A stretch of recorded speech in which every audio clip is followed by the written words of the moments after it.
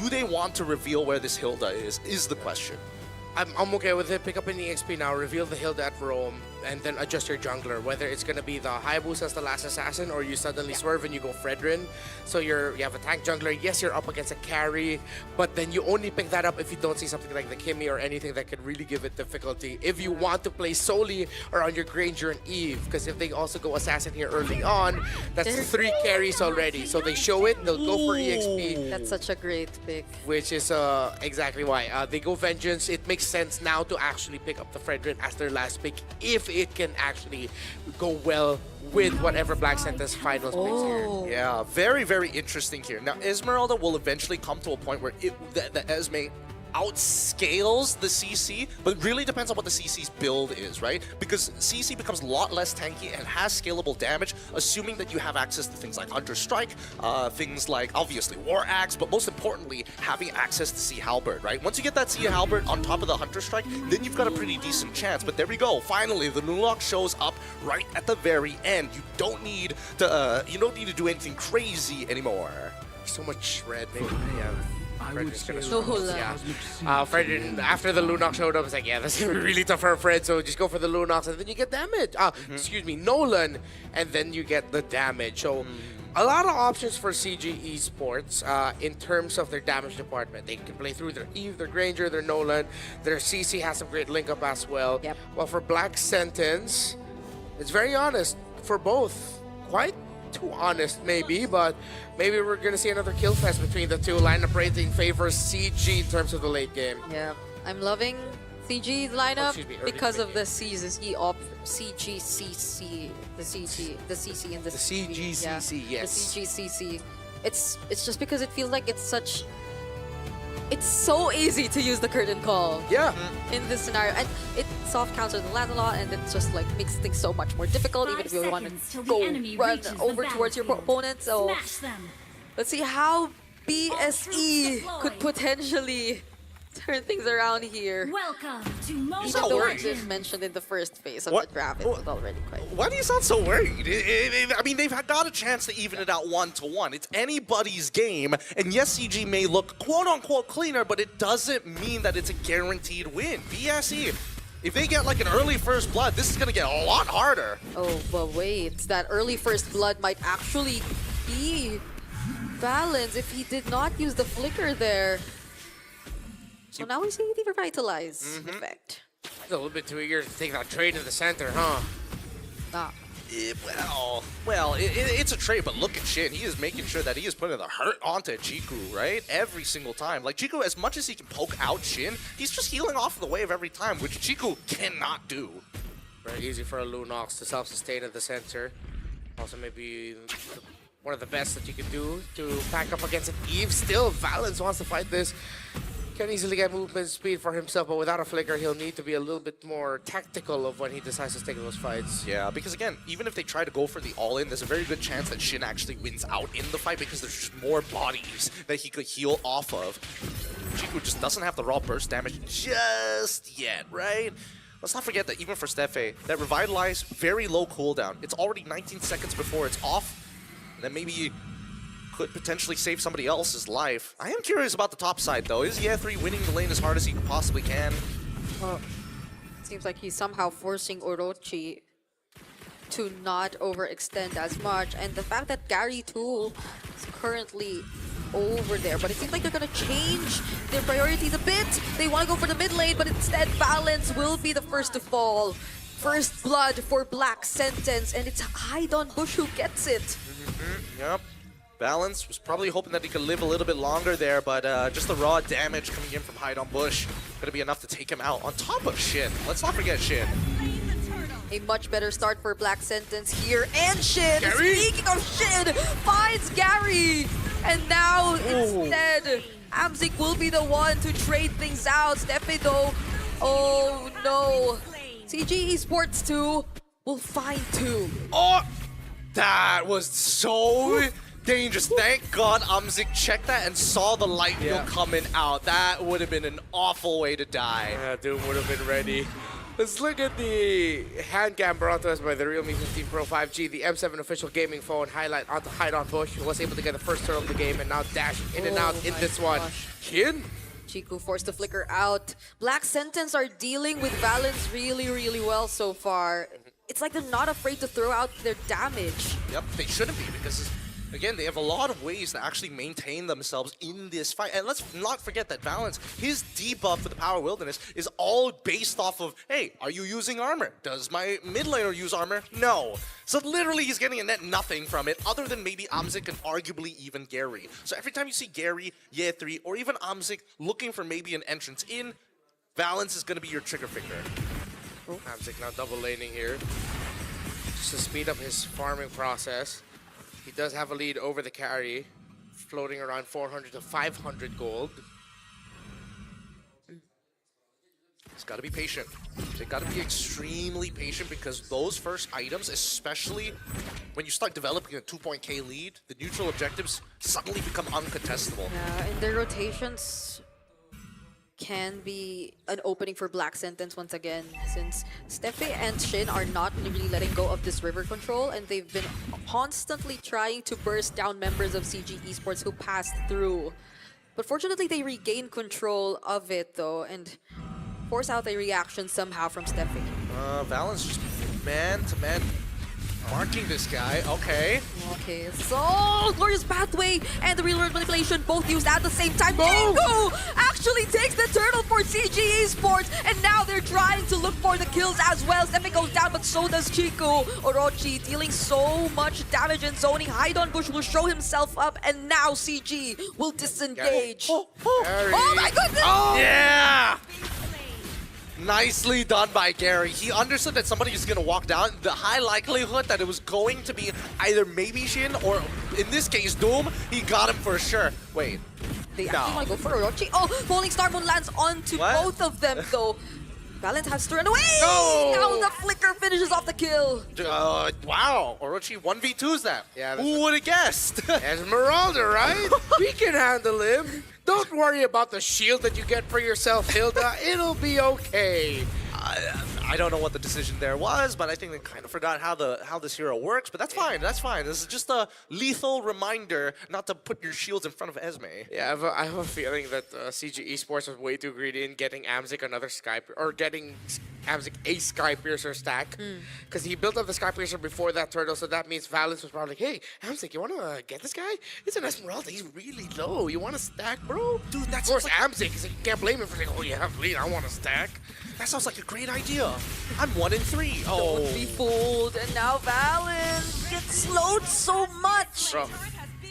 Nowhere to run for the Hilda. Ye3 Oh. all alone here, uses the Oh. Vengeance, tries to take on Doom, but now he sees Shin and Steffe running after him. Fortunately, there's no glorious pathway anymore. And with the Cyclone Eye, where is he planning to go? Keep running circles. Oh, Just give, just give it to the tower, Ye3. Yeah. He's gonna go for an Oh. execute. Wait, can he go for an execute? No, he went back into combat. Yeah, now he's dead here no matter what. Yeah. Yeah. He sort of tried dealing with the waves before going down, but Honestly, it's not a bad idea, right? Because now the waves, especially on top side, is going to be on a slow push in favor of Yeah. CG. Actually, it all worked out in the end, even though he decided to give the kill away to a member of CG instead of just giving it to the minions. Brilliance forced out. Real world manipulation once again. Steffe using it to slow everyone down, and Black Sentence secures the turtle. Amzik too forced to flicker out. Great response from Black Sentence so far. I don't like the risks that CG Esports are taking. They were posturing for a 4v5 without Ye3, and they didn't have the key positions on the map to actually find the fight in the first place. Keep in mind, Amzik is going to be the main win condition other than Chiku, who wants to poke out his targets. Yeah, Chiku hasn't had a similar game compared to game number 1, for sure. Black Sentence have handled this even better. Look at Shin again! They're going for the dive. Thorned Rose, another puncture in, but there's a stun! Now Hide on Bush goes down. Falling Star Moon targeting Valence. He's in the bush, but it's not gonna matter. Now Ye3 and Amzik trying to work on Orochi. He's running away. There is a decent amount of damage, but it's not gonna be enough. It's an Esmeralda that gets to escape. The most painful thing about that is that Black Sentence couldn't even get the last hit on the tower that they needed. Yeah. That hurts. That hurts. I was like, man, that tower's gotta go at some point. Nah, it's still gonna be alive, and they're gonna lose and trade a tower down on the bot side. That's gonna be another T1 missing. Top and a bottom gone. In terms of items, though, I'm waiting for Gary to get to that point where he starts one-shotting targets, right? And I think he's almost there. The big issue right now is the fact that these boots are saving certain people. Doom, he's basically gonna get one-shot no matter what, but this Esmeralda is kind of untouchable. Yeah. Who else could deal with it? I mean, Amzik was trying. They need Chico to get a wishing lantern first. Oh. Now Orochi shows up. Chico needs a wishing lantern and a divine glade, because eventually Orochi's gonna get a radiant armor, right? Oh, now they burst Orochi down! Wait! But with the flicker, he's actually able to stay alive! Gary instead will be the casualty of that fight. Valens going in, Ye 3-2 using the curtain call and the yo-yo blitz. But all that for Gary! Yeah, the Steph is stunned, man. The high loss. What can you do? What can you do? Honestly, they got pretty close to bursting him down. Luckily, the Dreadnought armor really negates like a good chunk of that on top of the extra stun coming in from Steffe. But at this point, I think that CG Esports need to identify... Wait, hold on. Oh, they're going for Valens this time around. Valens has to run away, but with the Glorious Pathway, he gets slowed so much. Okay, another flicker forced out of Amzik, and it seems like Black Sentence are in control so far. Ye3 has the curtain call. Does he use it already? He does, but without their retribution, they do not get to secure the objective. Now they're just trying to go for the chase. They will deny this purple buff. And that's about it for CG Esports. Yep, that's as good as it gets. If they can get this mid-tier one, I think even better. Oh! And they get Orochi too. I think that's way better for CG Esports. Dang, Amzik is slick with it. Like, I knew he was slick with it back at MPL MY, but on an international stage, it's looking real good. Yeah, 2-0 and 5. Black Sentence got the Lord, but they lost a lot out of that one. Uh-oh. It's a question of can they even make something out of it. Gary not getting chased. Shit is here too, and there are minions. There's no way out if you were Gary. There's so many arguments that can be made right now, but for now, CG just need to defend, right? They just need to minimize the economical damage. They created small leads, but now that the structures are going to start falling down, that should put them at like, what, at 800? Yep, down to 500 now as they look for mid-tier 1. Oh, Steffi. Don't let them, don't let them. Another beautiful Morgan pathway, but from the sides. The damage from Shin and Doom are a bit too much for CG Esports to deal with. Not when they're frontliners, not when Valens gets bullied so much on this Hilda, even before he gets to do anything. Latin America's brightest talent in a long time, 3-1 and 6. The entries have been perfect, and we felt it all throughout. Even in the early game, that Lunox, the timing, all so good. And they keep on finding these timings. CG really need to start tightening up the way they play around the map because they just assume that they move faster, therefore they're not going to make it there in time.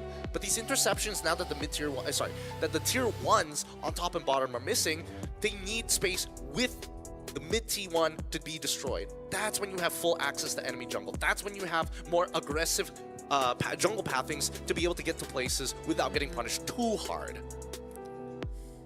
Because it seems like at this point, Black Sentence have found ways to deal with the potential threat of a Hilda or the pressure that they could expect from a Hilda. There's no hesitation whatsoever for Shin if they get to find him all alone. Yeah.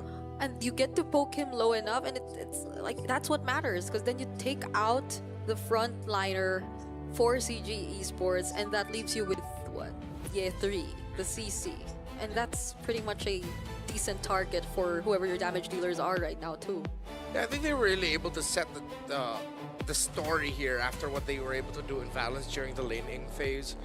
They handled the Hilda really well. They forced the flicker out early. First turtle comes up, and without the flicker, the Hilda fell down very quick. Yeah. So now through that, they know that, okay, what could have been a Hilda snowball has already been managed. We're handling the lane really well. So let's look at the top 5 banned heroes for the M7 Swiss stages so far. Of course, Juicin up there, constantly banned and contested here, but a 40% ban rate.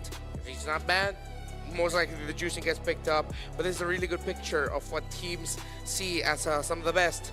Fanny, a year later, still up there in the most banned. M6, same case. It will always be there. The kid is diverse, and the kid has such a high level of skill expression that no numbers will really change the fact that she can be across the map in less than a minute. Yeah.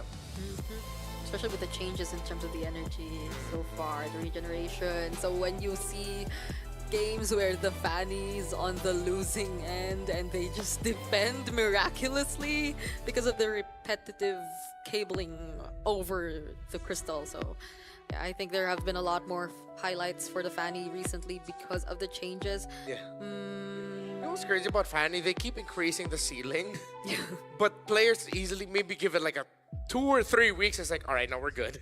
We're still back. It still feels like Fanny hasn't been touched at all. Yeah. There are no nerfs. What do you mean nerfs? It was just something just happened. Well, the thing about Fanny at the very least is that I feel that there's enough skill expression where the scaling just depends on how well you execute at the end of the day, right? Like, it's clearly designed in a way you want to play mid to early. If you happen to get into the late game, you're going to have to like really go above and beyond to try and make that happen. But now we're coming to the end of the technical pause. It looks like everything has been settled. Thank you to Gary once again for settling that real quick for BSE's side. Let's jump back into the game real soon here. I want to see how this breaks out, right? Because Lunox is such a huge problem. Yeah. Now that she's already got 2 items in the bag, like any tanks walking up is going to get poked out harder than Chiku can apply pressure. Speaking of time, I don't think Valens has a magic defense item yet. Oh no, he does not. Oh yeah, so he only has the Chastis and the Dominance Ice. But you do get magic defense from the dumb eyes, so Oh yeah, should be okay.